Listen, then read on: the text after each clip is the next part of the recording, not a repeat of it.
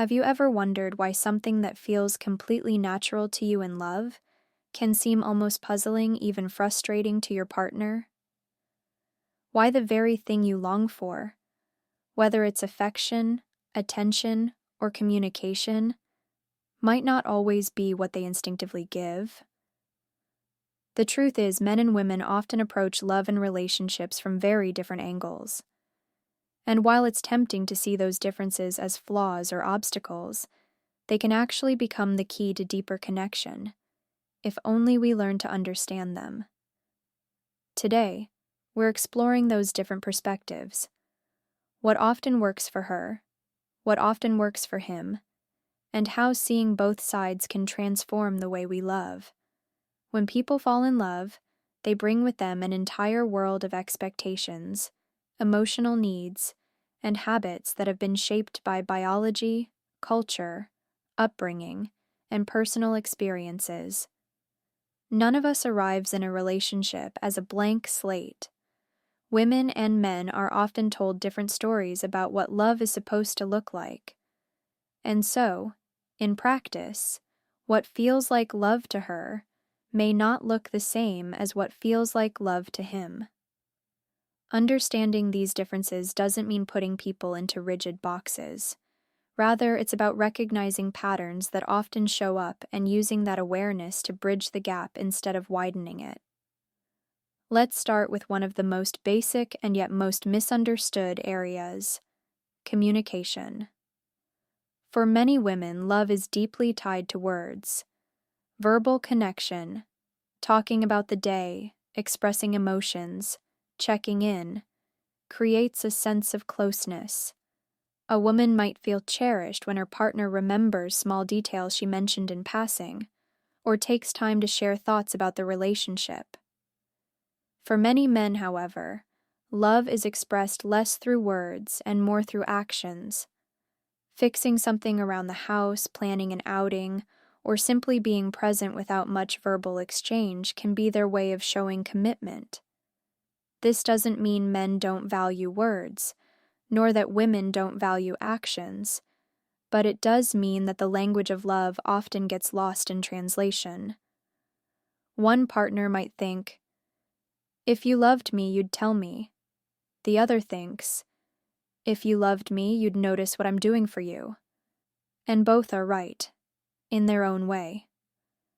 The second area where these differences often appear is in conflict.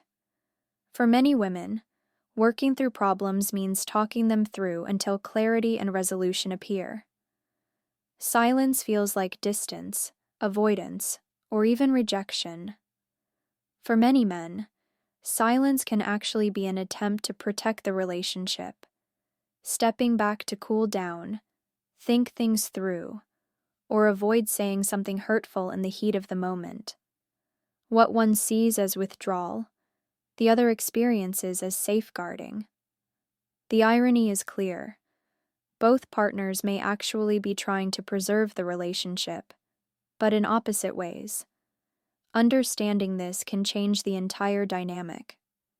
Instead of interpreting silence as lack of care, a woman can see it as a cooling-off strategy. And instead of interpreting conversation as criticism, a man can see it as an attempt to reconnect. Then comes intimacy, the heartbeat of many relationships. Studies and countless stories tell us that women often approach intimacy from the emotional side first. When they feel emotionally connected, safe, and understood, physical closeness follows naturally. For many men, however, the path often works in the opposite direction.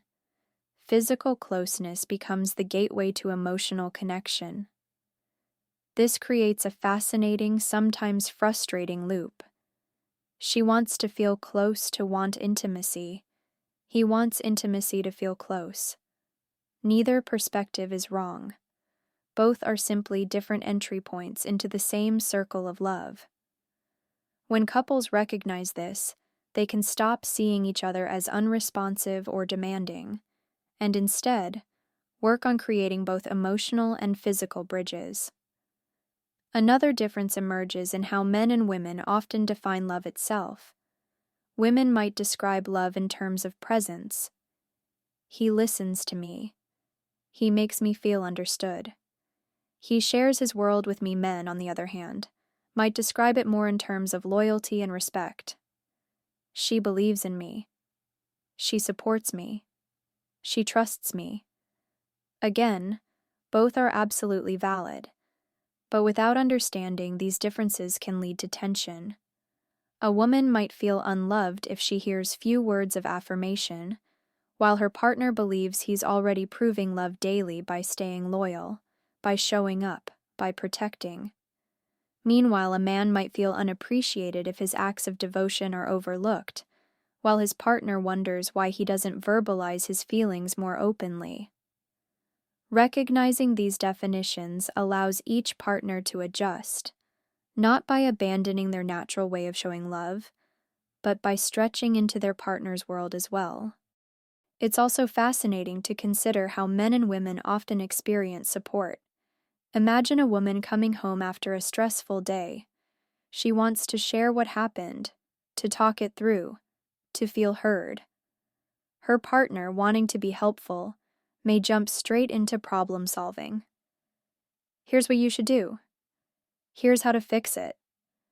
She, however, may not want solutions, at least not yet. She wants empathy, validation, presence. On the flip side, when a man shares his stress, he may not always want to talk at length. Sometimes he wants space or distraction, watching something, doing an activity, stepping away. If his partner presses him to discuss it immediately, he may feel pressured or misunderstood. These differences can seem like opposites, but they're really just complementary needs. The key is learning to ask, do you want me to listen or help solve it? That simple question can save hours of miscommunication.